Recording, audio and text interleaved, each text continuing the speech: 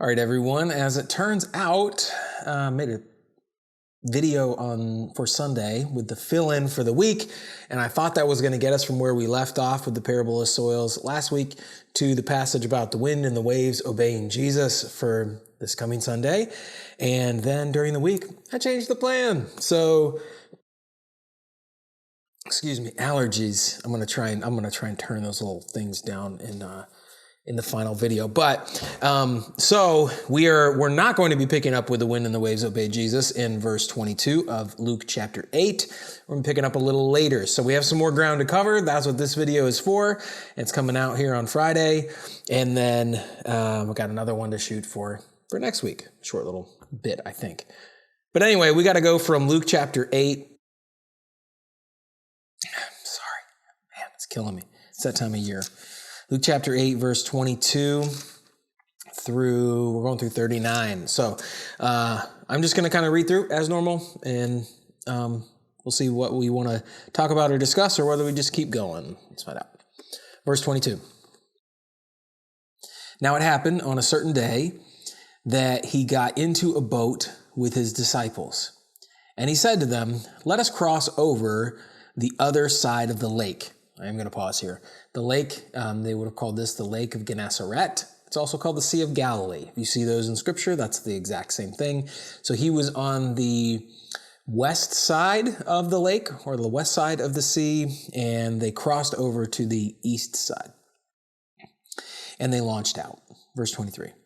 But as they sailed, he fell asleep, and a windstorm came down on the lake, and they were filling with water and were in jeopardy. And they came to him and awoke him, saying, Master, Master, we are perishing." Then he arose and rebuked the wind and the raging of the water, and they ceased, and there was calm. And he said to them, "Where is your faith?" We're going to talk on Sunday about faith and what that means, what that looks like. That's what we'll get to. And they were afraid and marveled, saying to one another, "Who can this be? For he commands even the winds and water, and they obey him." So it's fascinating to watch the progression of the disciples, and as they're increasing in knowledge of who Jesus is and what he can do. It's a journey even for them.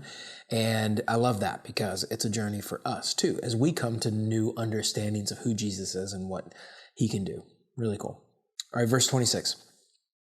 Then they sailed to the country of the Gadarenes, which is opposite Galilee. So this is the east side of the Sea of Galilee.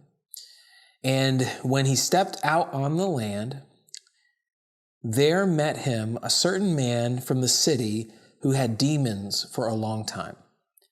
And he wore no clothes, nor did he live in a house, but in the tombs.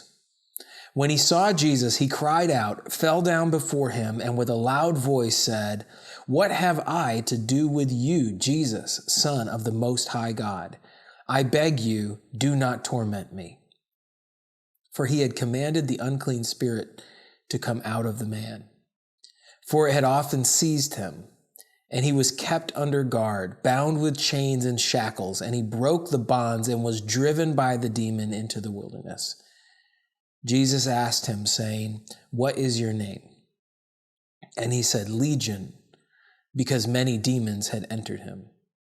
And they begged him that he would not command them to come out into the abyss. Now a herd of many swine was feeding there on the mountain. So they begged him that he would permit them to enter them. And he permitted them. This is a wild place in Scripture that bears a lot of discussion that we don't have time for on this video.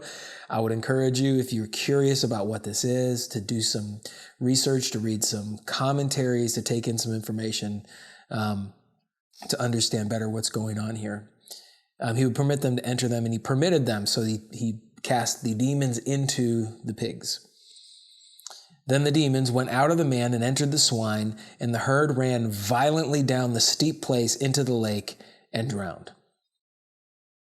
When those who fed the pigs, when those who fed them saw what had happened, they fled and told it in the city and in the country.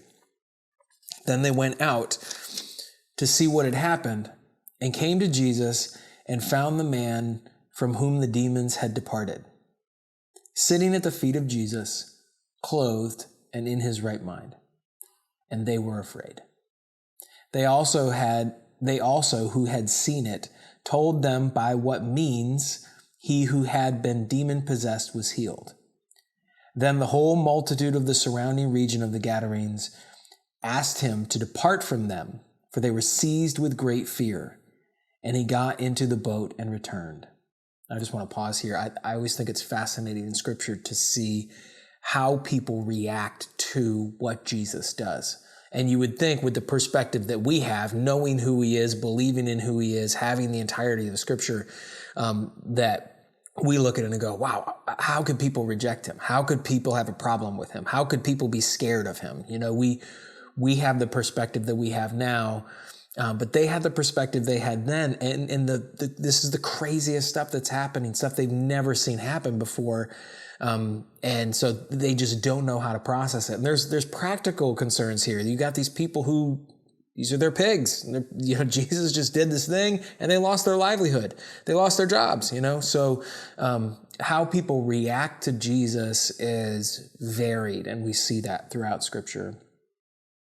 Verse 38, now the man from whom the demons had departed begged him that he might be with him. But Jesus sent him away, saying, return to your own house and tell what great things God has done for you.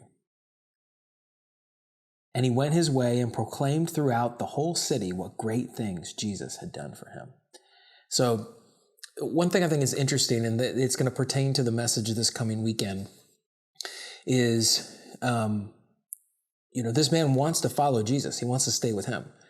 But Jesus says, no, your job is you're going to go back to your own house, which was a crazy thing because he had been, you know what I said earlier about him, that he had been locked up in chains and he was living in the tombs and he wasn't wearing any clothes and he hadn't been to his house probably in a long time. And so much so that, we say his own house, it might even not be his house, it might just mean his family's house, But he's saying, go back to town, go back to the people you know, tell them what happened, tell everyone you can what happened. And this is interesting because in the text that we're going to read this coming week for church, that we're going to read this coming week for church, he tells someone not to tell what happened. And so we look at that and we try to understand why. And we will talk a little bit more about this at church. But for him, the Gadarenes, this is not an area that Jesus apparently has spent a lot of time in. So this is their, if not their first exposure, an early exposure to Jesus. And he wants to get the word started spreading there. So he heals this man and sends this man back to town and says, tell everyone you can. Then he gets back into a boat, goes back over to the other side of the lake where everybody knows what's going on and everybody knows who he is. And they all start clamoring around him. And that leads to what we're going to read at church on Sunday. So it is so cool to read Scripture in context and just go from one thing to another and see the progress and the flow of events. And that's what we're seeing here. Jesus is doing unbelievable stuff. And what we read at church this weekend is going to be equally unbelievable. So I'll see you in a couple days.